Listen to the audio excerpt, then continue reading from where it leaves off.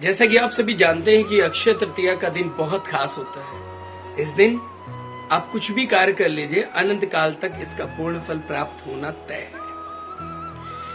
क्योंकि त्रेता युग की शुरुआत यहीं से हुई थी और आज ही के दिन ब्राह्मणों के सिरमौर और सबसे बड़े कहे जाने भगवान विष्णु के अवतार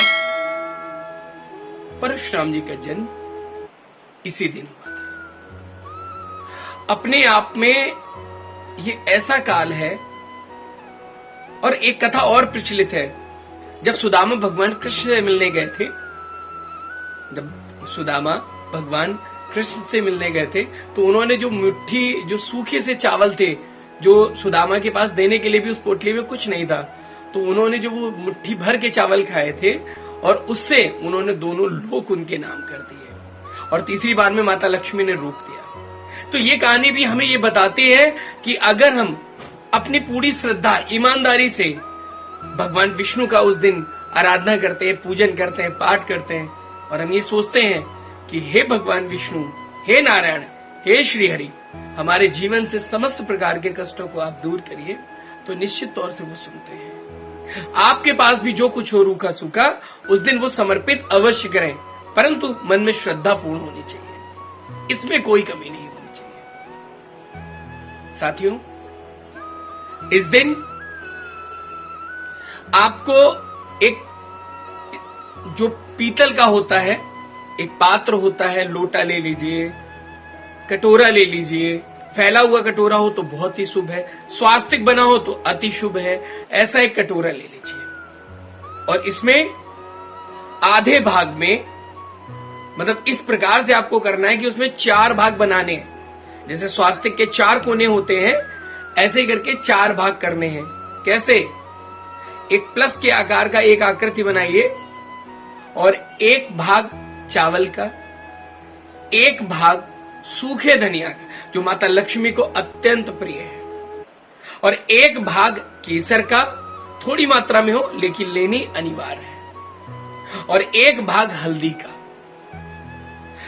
इसके ऊपर चारों दिशाओं में, चारों तरफ आपको कुमकुम रोली अक्षत लगाना है। इसके उपरांत पुष्प वर्षा करते हुए श्री हरि को समर्पित करें। अपनी पूरी श्रद्धा से बैठ करके श्री हरि नारायण कवच का पाठ करें और एक महामंत्र है, ओम श्री ह्रीं श्री कमले कमराय प्रसीद प्रसीद महालक्ष्म्यो दैव्यो नमो नमः। और एक और मैं मंत्र आपको बता रहा हूं, आप चाहें तो इस मंत्र का भी जाप कर सकते हैं। कम से कम 5 माला तो करना है। ओम श्री तिरुपति पद्मावते मम ग्रहे धनम पूरे पूरे चिंताए दूरे दूरे स्वाहा। माता की आराधना इस प्रकार से आप करें कि पूरी श्रद्धा से माता आपसे प्रसन्न हो।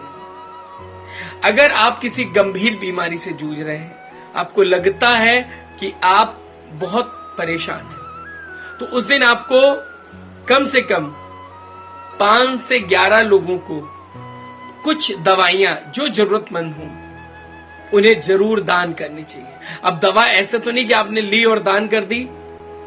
हमें पहले से जाके जैसे किसी मंदिर या अनाथालय में हम चले जाएं और पता कर लें कि उन्हें किन औषधियों की आवश्यकता है, तो उस दिन भगवान विष्णु को ध्यान करते हुए उनका स्पर्श करा के कि जल्द से जल्द इन दवाओं से उन रोगियों को फायदा मिले और जा करके वो दवाएं आप अनाथालय में दान करें। अब देखिए कितना पुण्य मिलता है, कितना आनंद आता है।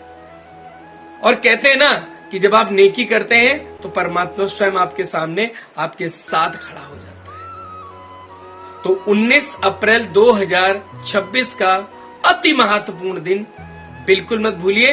पूरी श्रद्धा ईमानदारी से श्री हरि और माता लक्ष्मी का ध्यान करें और अपने जीवन में आ रही कठिनाइयों को समाप्त करें। श्री हरि।